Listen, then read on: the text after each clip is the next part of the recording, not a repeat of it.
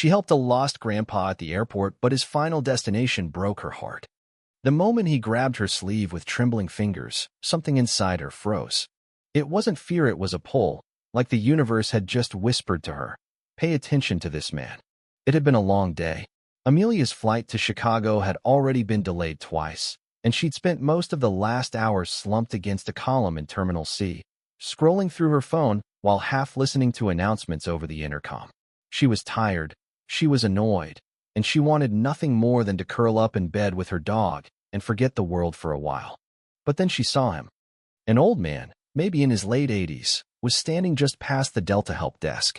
He looked small, shrunken by time, with thin white hair carefully combed to the side and a beige trench coat hanging too heavily on his bony shoulders.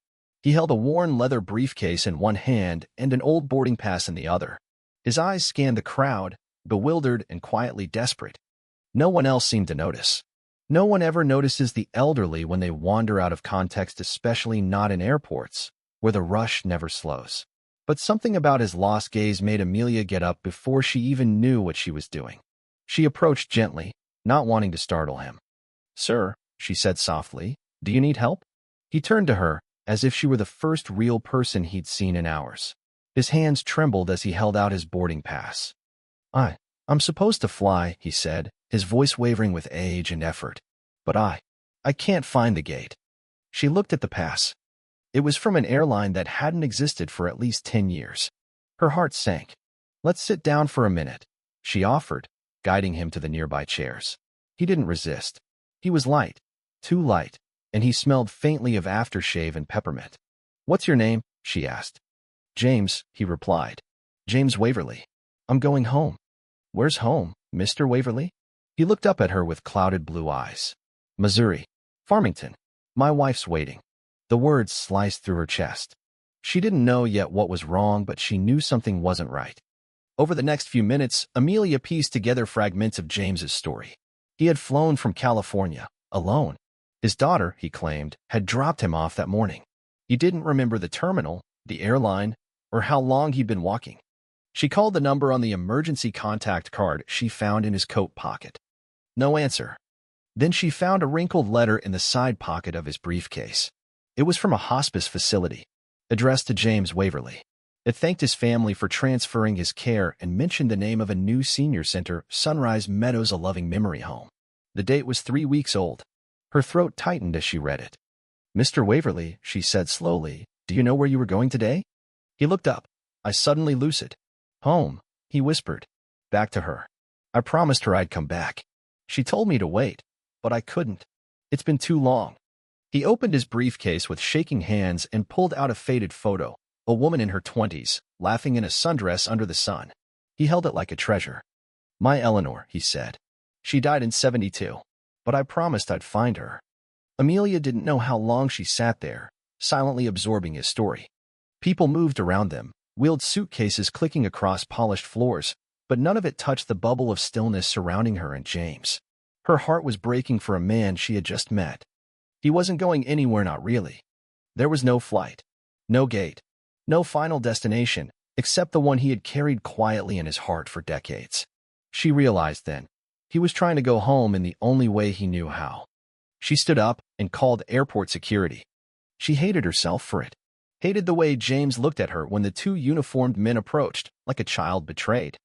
"I'm sorry," she whispered. "It's okay," he said gently, offering her Eleanor's photo. "Keep her. She liked kind people." Tears spilled silently down her cheeks as she clutched the photo.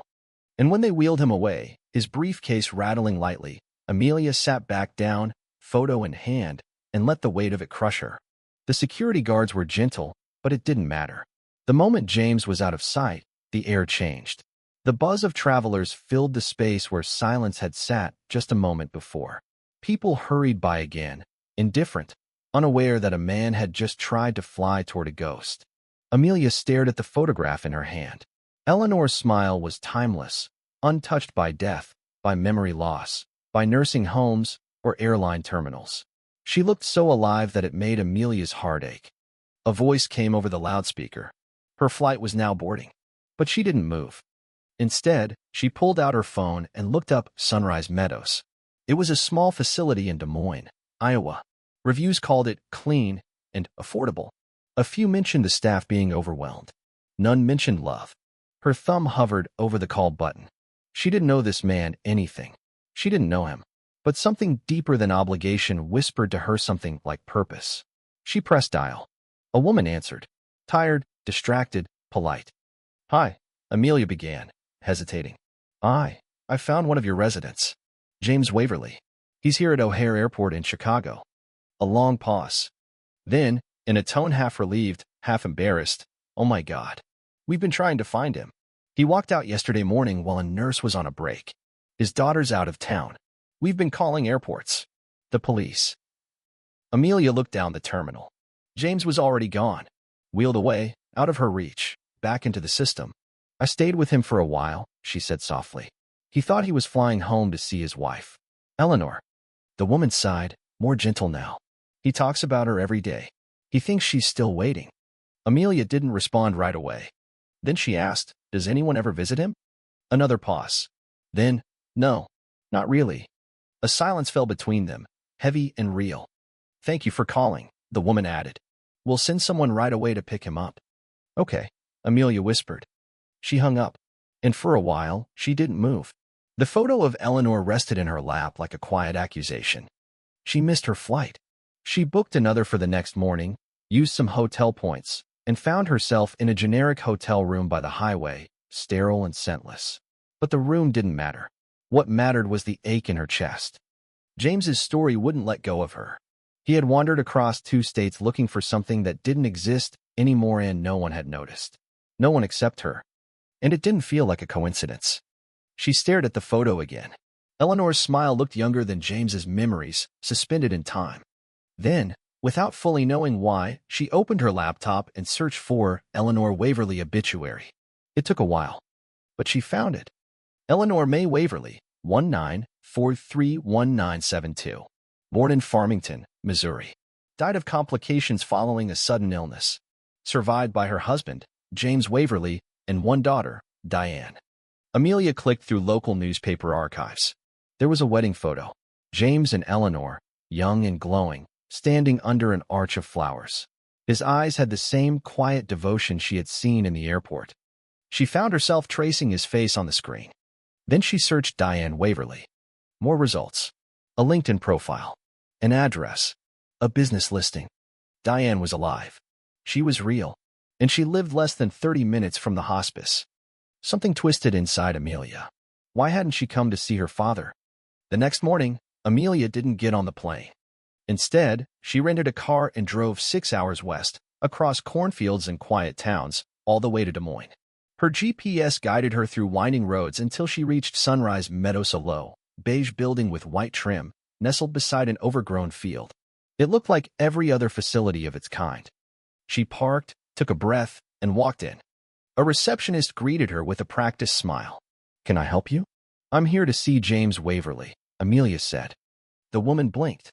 Are you family? No, Amelia replied. Just someone who found him. The receptionist hesitated, then picked up the phone and dialed. Within minutes, a nurse came to the front and offered to take her back.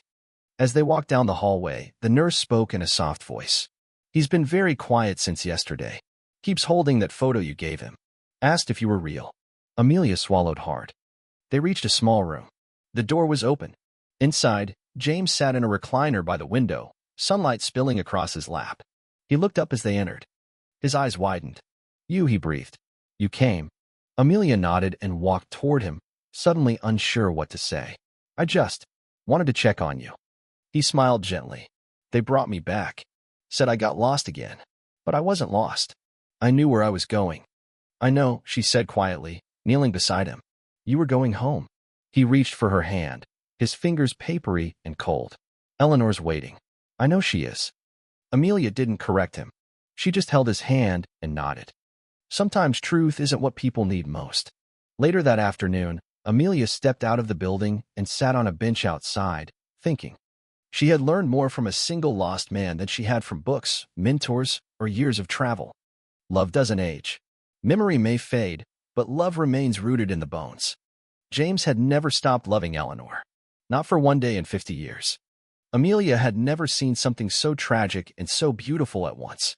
She thought of her own life rushed, distracted, digital, and wondered if she would ever be remembered the way James remembered Eleanor. She opened her phone. This time, she searched for Diane Waverly. And this time, she didn't just look. She sent a message. Diane didn't respond right away. For a while, Amelia sat frozen on the bench, feeling the weight of uncertainty pressing down on her shoulders. She half expected the message to be ignored, or worse, answered with anger. But as the sun began to dip behind the trees and a breeze stirred the long grass beside the parking lot, her phone buzzed. It was a reply. "How do you know my father?" Amelia stared at the screen for a long moment, then typed slowly. "I found him yesterday, at the airport. He thought he was going home to see Eleanor." Another long pause. Then Diane responded. "He's not well. The doctors said it's late stage. His mind isn't there anymore. I've done what I can." Amelia's throat tightened as she read the words. The language was cold, clinical.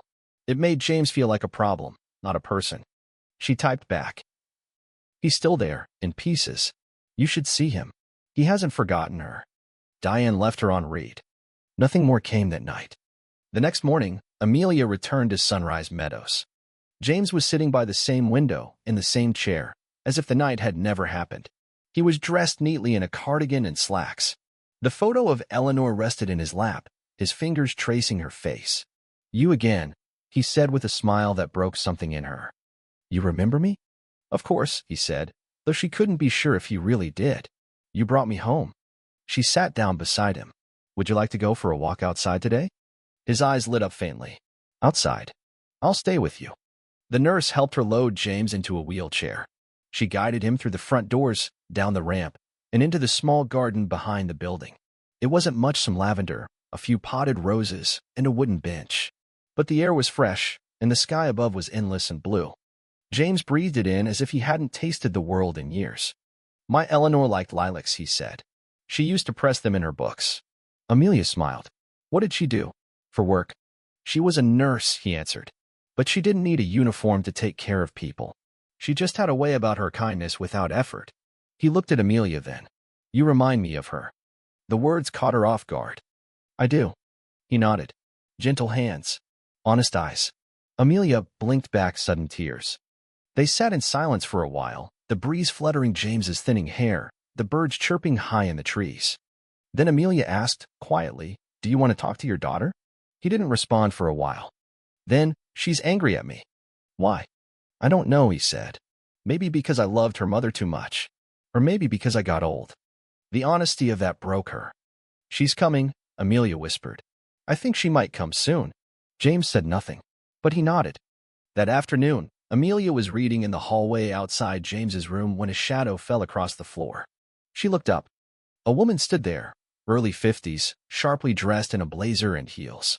Her hair was pulled tight, her eyes guarded. She looked out of place in the quiet facility, but familiar enough to match the younger girl in the old wedding photo. "Diane." "You're her," Amelia said softly. Diane's arms were crossed. "I don't know what you expect me to do." "Nothing," Amelia said. "Just see him." Diane didn't move. "He still thinks he's going home," Amelia added. "He still talks to Eleanor." Diane closed her eyes briefly, then sighed. "I haven't been a good daughter. Not in a long time.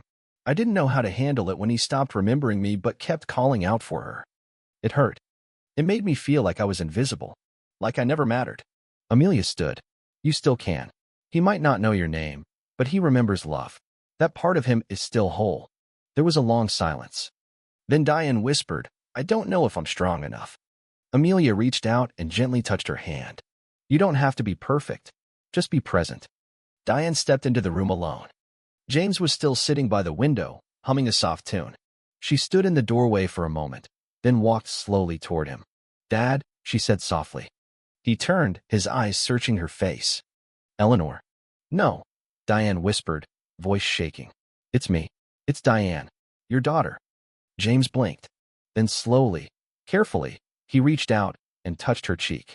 His hand lingered there, a quiet tremble in his fingers. "I remember," he said. "You had curls." Diane let out a sob and collapsed into the chair beside him, covering his hand with hers. "I'm sorry," she whispered. "I didn't mean to leave you alone."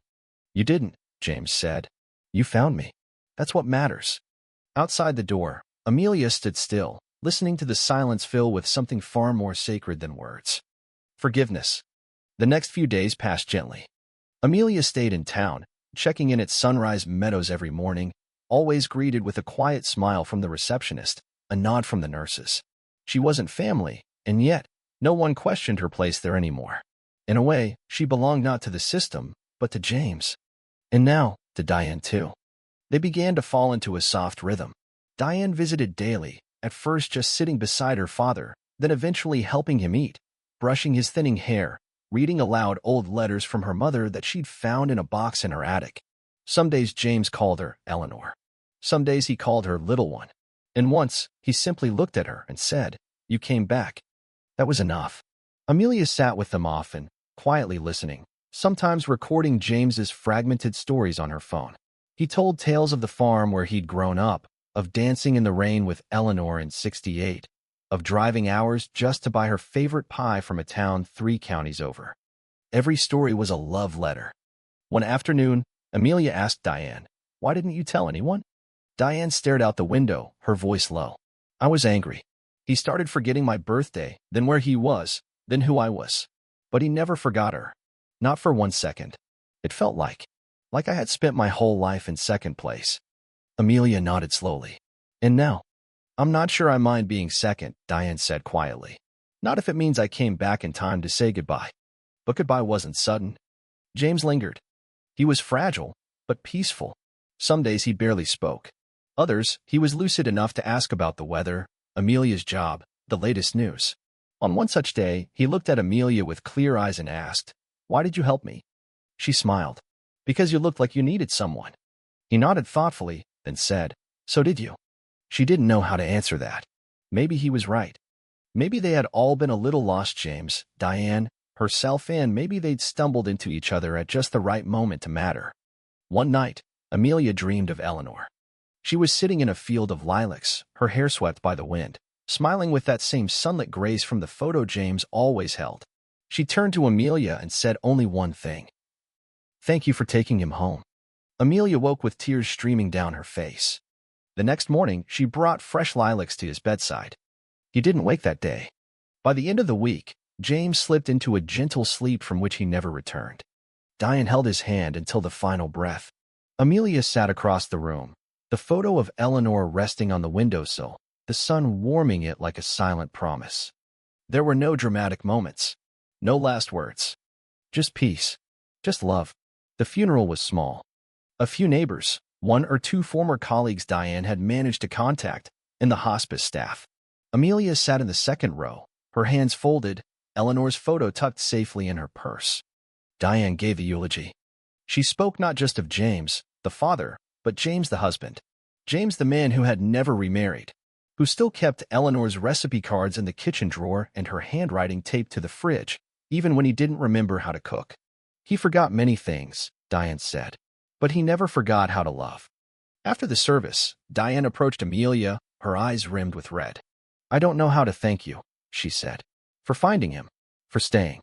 "You already did," Amelia replied. Diane pulled something from her purse and handed it to her. It was a small box, wrapped in faded green paper. "He wanted you to have this," Diane said. "He told me about it the night before he stopped waking up." Amelia opened it later, back at her hotel. Inside was a delicate silver locket. When she opened it, there was a tiny photograph of Eleanor on one side and a note etched into the other. "To the one who helps me find my way." Amelia sat still for a long time, holding the locket in her hand, the weight of it far heavier than its size. She didn't cry. She simply smiled. 2 weeks later, Amelia boarded a plane back to Chicago. Her life resumed. The job, the apartment, the dog waiting at the door with a wagging tail and a grumpy look for her prolonged absence. But she wasn't the same. Something in her had changed. She walked slower now, not out of laziness, but because she noticed more.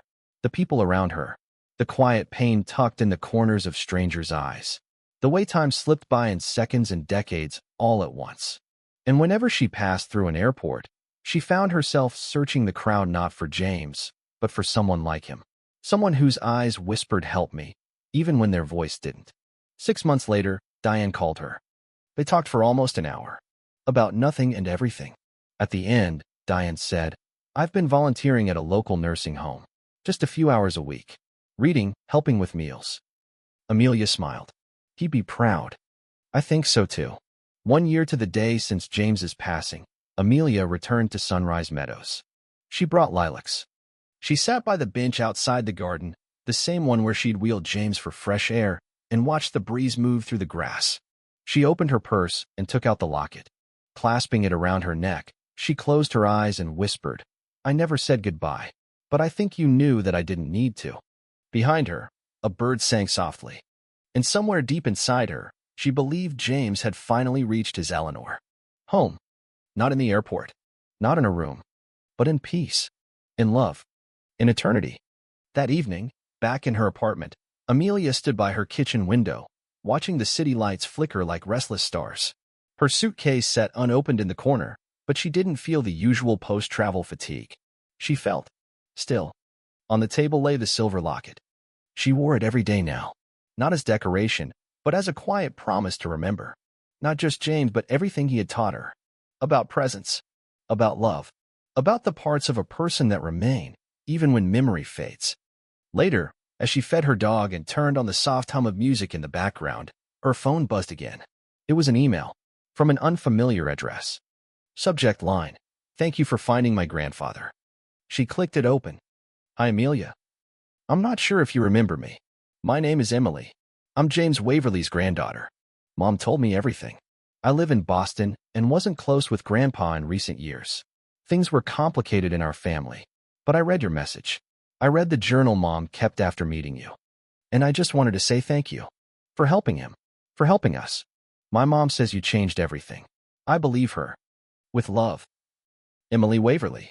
Amelia sat with the email glowing quietly on the screen, the room suddenly fuller somehow. The edges of her heart softened. She didn't reply right away. Some moments needed time to breathe. She closed the laptop and went to the bookshelf, reaching for one of the old journals she'd started keeping after James passed. The first page was simple. He didn't remember everything, but he never forgot how to love. Neither will I. She smiled and picked up her pen. And wrote. Later that summer, Amelia was invited to speak at a caregiving symposium hosted by a nonprofit that Diane had connected her with. The topic was the human side of memory loss. At first, she hesitated. She wasn't a doctor, not a therapist, not even a nurse. But Diane said, "You were there. You saw him. That's more than most ever do." So she flew to Denver, stood in a modest conference room filled with social workers, families, nurses, and volunteers, and told James's story. She didn't use slides, didn't cite studies. She just spoke from the truth. About a lost man at an airport. About a faded photo and a promise 50 years old. About love that outlives cognition. When she finished, the room was silent. And then someone clapped. Then another. And another. A woman approached her afterward in tears. "My father calls me by my mother's name," she whispered. "I thought that meant he didn't see me anymore. But now I understand maybe he sees both of us." Amelia hugged her. That day, she understood that love had a legacy beyond time. By autumn, Amelia had moved to a new apartment near the lake. Smaller, cozier, quieter. She filled it with things that reminded her to slow down: fresh flowers on the table, handwritten notes by the mirror, photos of her parents, and of course, a framed copy of Eleanor's portrait, gifted to her by Diane. On the back of the frame, Diane had written, "To the one who returned him home." She kept it beside the locket, both resting in the quiet center of her life now. One morning, as leaves drifted across the windowsill, Amelia received a call from the director of Sunrise Meadows. "We're starting a storytelling program with our residents," the woman said. "Diane told us about what you did. We'd like you to help us train the volunteers. Maybe teach them how to listen the way you did." Amelia smiled. "I'd be honored." And so, she began to teach. Not just about James, but about how to really see someone. How to sit in silence without rushing to fill it. How to hold a fading memory as if it were the most delicate piece of glass. She met people who were once teachers, musicians, nurses, war veterans, factory workers, dreamers. People whose lives were shrinking inwards but whose souls still flared with light when someone took the time to ask, "Tell me about her. Tell me about him. Tell me about you." And in every story, Amelia saw a piece of James. In every trembling hand, she remembered the way he had gripped hers. In every face turned toward a forgotten name, she saw Eleanor. And through it all, she knew. She hadn't found James by accident. He had led her exactly where she needed to be. Winter came slowly. Snow layered the rooftops like soft cotton, and the world outside Amelia's window turned pale and quiet. Her volunteer work with the elderly deepened. What had started as a few workshops grew into a community of storytellers, memory keepers, and listeners. She no longer just visited Sunrise Meadows, she was part of it. Once a week, she sat in a room full of strangers who now felt like family, collecting lives, one story at a time. James's photo remained at the center of it all. People asked about the man in the frame, and Amelia always answered, "He's the one who reminded me that love remembers what memory forgets." It became a kind of mantra. One evening, she visited a new resident named Mr. Clyde, a retired electrician with a slow smile and eyes clouded by dementia. When Amelia sat down and asked, "Do you remember who you are?" he paused, shook his head, and said, "No, but I remember that I once loved a woman who danced in the kitchen." Amelia laughed softly and replied, "Then that's enough." Each visit was a new lesson. She learned that not every person with memory loss needed facts. They needed presence. They needed a witness. They needed to be felt, not fixed. And every time she walked down those halls, she half expected to see James turning a corner, his briefcase swinging gently at his side. He never did. But she always carried him with her. One particularly cold January afternoon, Amelia received a letter. Not an email. A real letter, with a stamp, her name written in looping cursive across the envelope. It was from Diane. Inside was a card, a photo, and a handwritten message. The photo showed James, decades younger, holding a toddler girl in his lap. Diane. He was smiling, full of life. Behind him, Eleanor stood with one hand on his shoulder and the other brushing hair from Diane's face. Amelia stared at it for a long while. The note read, "Dear Amelia, this photo was buried in a box in my basement. I hadn't seen it in years. It reminded me of everything I thought I had lost. But now I know I never really lost him. He was always holding on. Thank you for helping me remember. Love. Diane." Below that, in different handwriting, was something else added in what looked like an old, shaky hand. "Give this to the kind one. She'll know what to do with it. J.W." Amelia pressed the photo to her chest. Even in his last days, James had been thinking ahead, trusting her with his legacy. Spring came with sudden warmth. Cherry blossoms bloomed outside the hospice garden, and Amelia started spending time there again, sitting under the same bench where James had once breathed in the lilac air and told stories of Eleanor. She wasn't alone. Emily Waverly, James's granddaughter, had come to visit. More than once. They had coffee together, long walks, shared memories and silences. Sometimes, Emily brought her sketchbook and drew the residents as they spoke. "You've changed my mother," she told Amelia one afternoon. "She's softer, braver, more honest." Amelia smiled. "He did that." "No," Emily replied, looking at her. "You did that." Amelia shook her head, but inside, something settled. Maybe she didn't need to carry the burden of it all. Maybe she had just been in the right place, with the right heart, at the right time. That was enough. In June, the memory program Amelia had founded was officially named the Waverly Room. A quiet space inside Sunrise Meadows, filled with photos, stories, music from old records, and soft chairs. It was a place for listening, for remembering, not with perfect detail, but with love. The plaque at the door read, "In honor of James Waverly, who never forgot how to love." The opening ceremony was small, but beautiful. Diane was there. So was Emily. So were the nurses who had cared for James. One of them held the same worn leather briefcase that had once accompanied him across the airport. Amelia stood at the front and gave a short speech. "I met James by accident," she said. "But maybe accidents are just love in disguise. He was trying to get home, and in helping him, I found my own." She paused, then added, "We may all forget names, faces, dates, but love is the last thing to go. And if we're lucky, it never leaves." They applauded quietly. Some cried. Amelia didn't. Not because she wasn't moved, but because she had cried all her tears, and what was left now was something stronger. Peace. 1 year later, Amelia was invited to speak at a National Caregivers Summit in Washington, D.C. She wore the silver locket, just like she always did, and kept Eleanor's photo tucked safely in her journal. She opened her talk not with facts or numbers but with a question. How many of you have watched someone you love disappear slowly, piece by piece, into forgetting? Every hand went up. She nodded, then said, then you know that the greatest thing you can offer is not a cure but company, not answers but presence.